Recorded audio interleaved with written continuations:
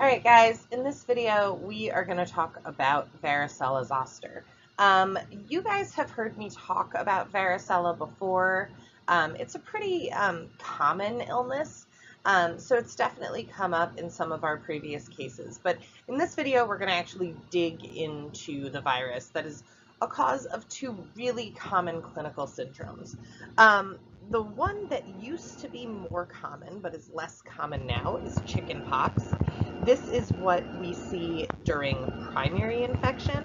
This was one of the classical childhood exanthems. I had it. Almost anybody in the pre-vaccine era caught it at some part of their lives, and it was kind of the impetus for pox parties in the 80s during the pre-vaccine era. Um, Now, the thing that we actually worry about more is zoster or shingles. Shingles is what happens when varicella zoster comes out of latency.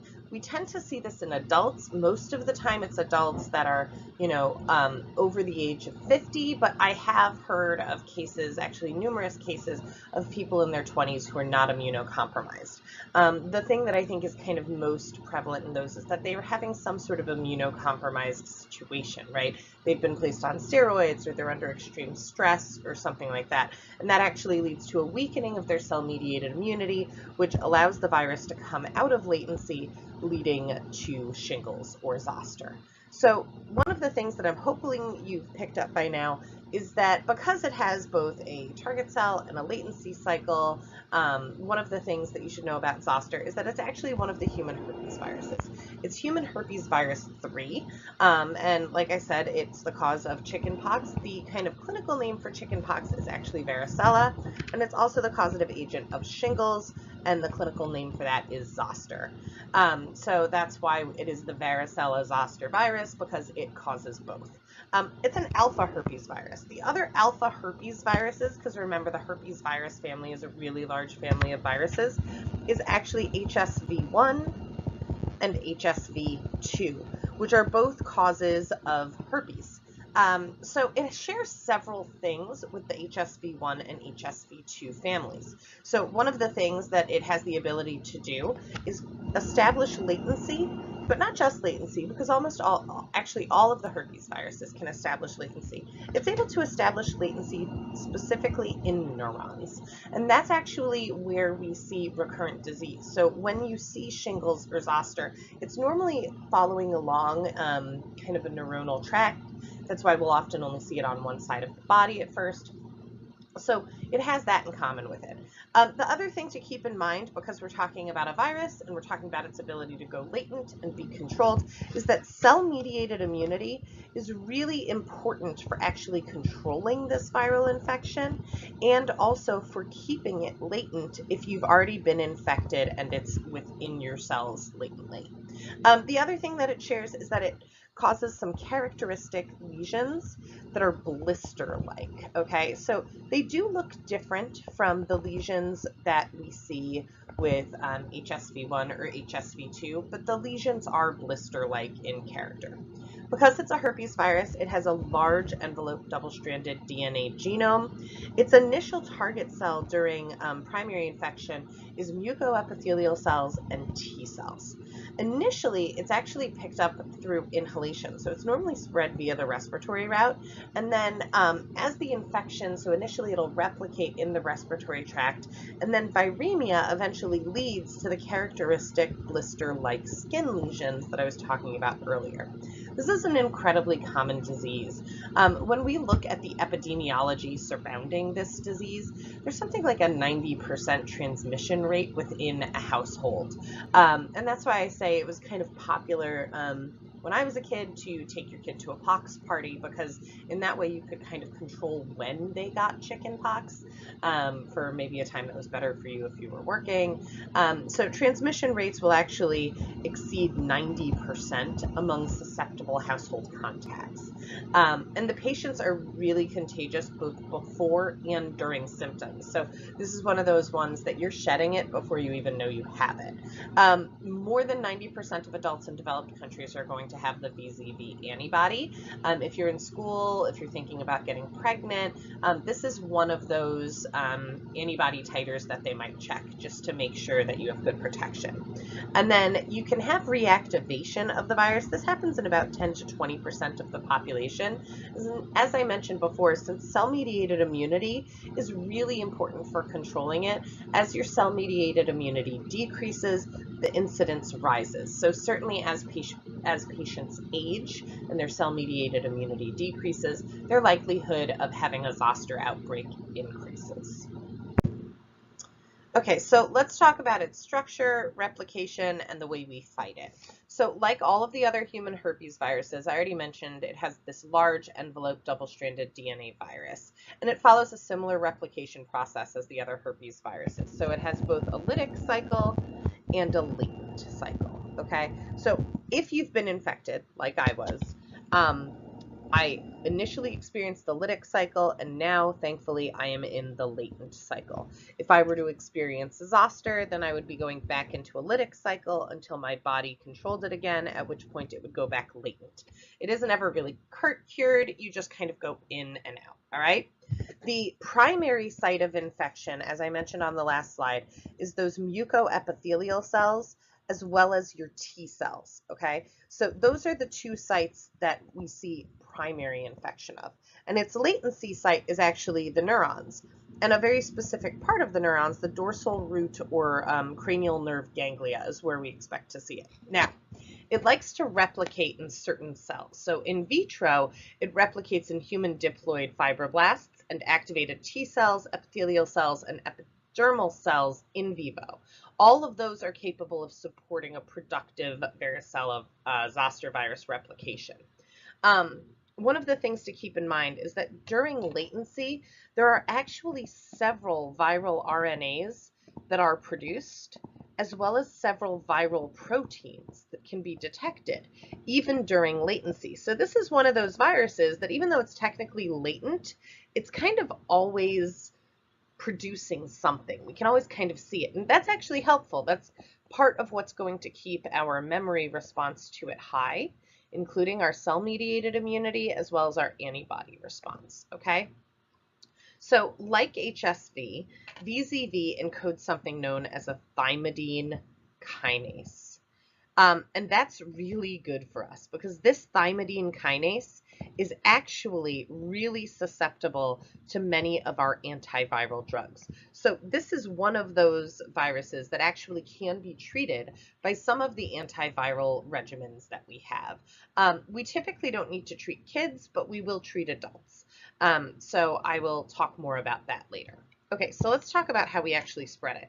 First off, unlike HSV, which typically is associated with exchange of saliva or direct contact, VZV is typically spread through the respiratory route. And what happens is it actually replicates within the respiratory tract locally first.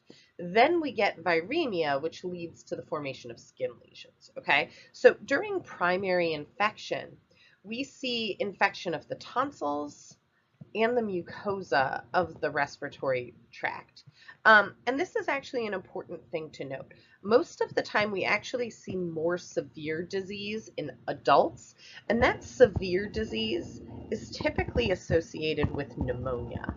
And the pneumonia is actually what makes things worse. And the reason we see pneumonia is because we have this early respiratory involvement, all right? Primary viremia, as well as infection of now the lymphatic cells, because remember it likes T cells, and cells of the reticuloendothelial system will now occur. So once it's in our lymphatics and our reticuloendothelial system, it kind of has a highway to your whole body. So at that point, that's when we're getting that primary viremia, okay? So this viremia is going to lead to fever, malaise, headache, kind of that non-specific viral prodrome. You then wind up with a secondary viremia. That's going to occur after, and it spreads the virus throughout the entire body. And that's what actually gets you to the skin, okay? And once in the skin, that's where we're actually going to see the characteristic rash. And the rash follows a specific progression of macules to papules to vesicles to pustules to crusts. So you can actually see kind of the progression of a specific infection just in the skin. And then, as I said before, you'll go back and forth between latency and lytic infection. Latency obviously occurring in the neuron, whereas the lytic infection will certainly occur in the skin, but also in these other cell types, okay? All right, so when the virus is latent, it's latent in the dorsal root or cranial nerve ganglia after primary infection. The virus is reactivated in adults when immunity wanes or the patient is impaired in cellular immunity. So classically, we think of this in older adults, but younger adults that are normally healthy may see outbreaks as well, particularly during periods of extreme stress, or if they have been prescribed something that may suppress their immune response, like corticosteroids. So there are certain situations where we actually worry about a normally healthy younger person. On reactivation, the virus is actually going to replicate along the neural pathway. And when it does that, it's actually going to infect the skin along that. And that causes this vesicular mash along the entire dermatome. And that's what's known as herpes zoster or shingles, okay? So how do we actually control this infection? Well, part of the problem with this is that early on, this virus is actually really good at overpowering the initial interferon alpha response. And that's what actually leads to vesicles on the skin. The virus largely remains associated with epithelial cells, except for terminally differentiated epithelial cells in the lungs and keratinocytes of skin lesions. In those cells, it's actually going to release infectious virions. And then it's the viral replication in the lung that's a major source of contagion, because this viral replication in the lung leads to somebody kind of breathing out virions, and then that can lead to the replication in the respiratory tract. So how do we control it? Well, interferon alpha, even though it does largely get overpowered, NK cells and T cells limit the spread of virus. But remember, an antibody response is really important, and that's part of why we check serology. Antibody is going to block the virus from binding its viral attachment protein in the first place. So the antibody response is really key. Passive immunization with varicella zoster immunoglobulin within 4 days of exposure is actually protective. So that just shows how important it is. But if you want to resolve the infection and keep it latent, then you're going to need a good cell-mediated immune response. All right, so let's talk now about the two different clinical syndromes. So this over here is chickenpox. It's what happens during primary VZV. Typically, the disease is very mild. It is a symptomatic disease where you do get this rash, but it's not very severe in most cases. There's about a 14-day incubation period. After that, you get the fever and the rash. So basically, within hours, each maculopapular lesion is going to form kind of a thin-walled vesicle on an erythematous base. And this is sometimes referred to as dewdrops on rose petals. Because basically, you're basically looking at this this vesicle on top of the red base. And this vesicle is the hallmark of varicella. Within 12 hours, the vesicle is going to become pustular and then begin to crust over. So I'm trying to see if I can see any in here that are really well and truly crusted. This one's fairly crusted up here. This one over here is actually a really good example of an earlier lesion, okay? Successive crops are going to develop for about 3 to 5 days. And they pick up in, like I said, little crops, little patches like that. The lesions are often really itchy and the rash spreads across the entire body, but it's more prevalent on the trunk and the head, okay? And that can include the scalp, and it's more common to see it on the head and the trunk than on like your extremities. But you can also see lesions in the mucous membranes, which would include things like the mouth, the conjunctiva, and the vagina. You will definitely see more severe disease in adults, And that's where I talk about that pneumonia. And really, the reason this happens is that adults have a stronger immune response. So the severity of the disease is actually immune mediated, that we're mounting a good response, but that's leading to more inflammation. And this can cause this interstitial pneumonia. And that occurs in about 20 to 30% of adult patients, and it may be fatal. So in adult patients, we would definitely go ahead and treat their varicella infection because it's dangerous. Okay, but most adults were actually not that worried about primary varicella because most people got it as kids or they get vaccinated, so it's okay.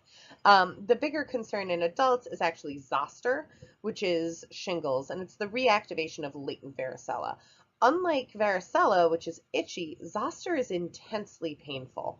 And you can see here it's starting kind of at the midline and working its way around back. On the trunk, kind of on the side there, is a really common place to see it, but you can see it other places.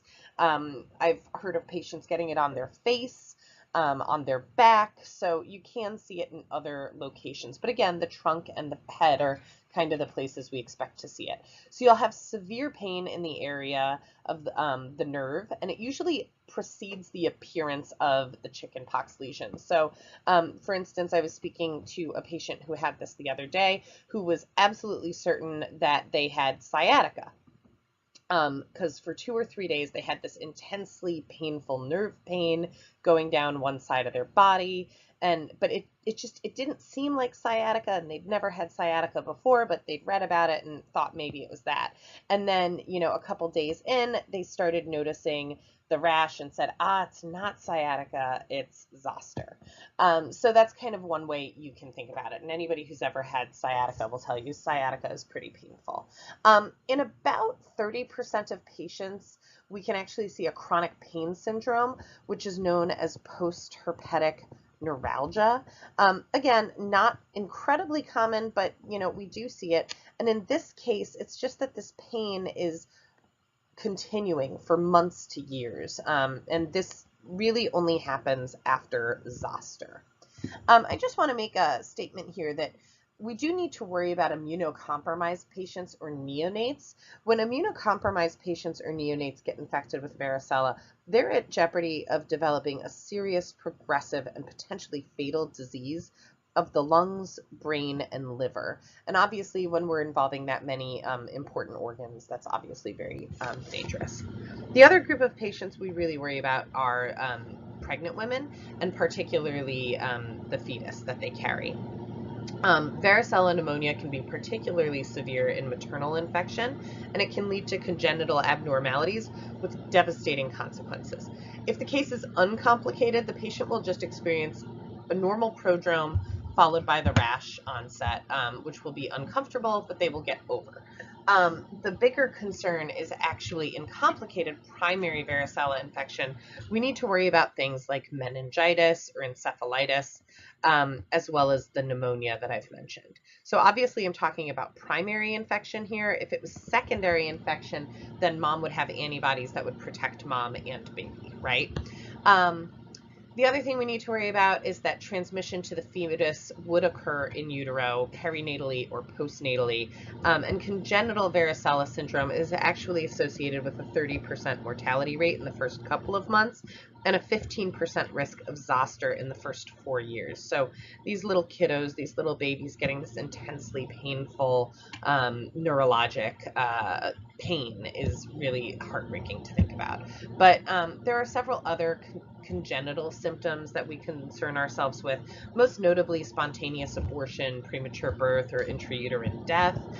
We can also see cutaneous scars, neurologic abnormalities like mental retardation, microcephaly, hydrocephalus, seizures, Horner syndrome, ocular abnormalities.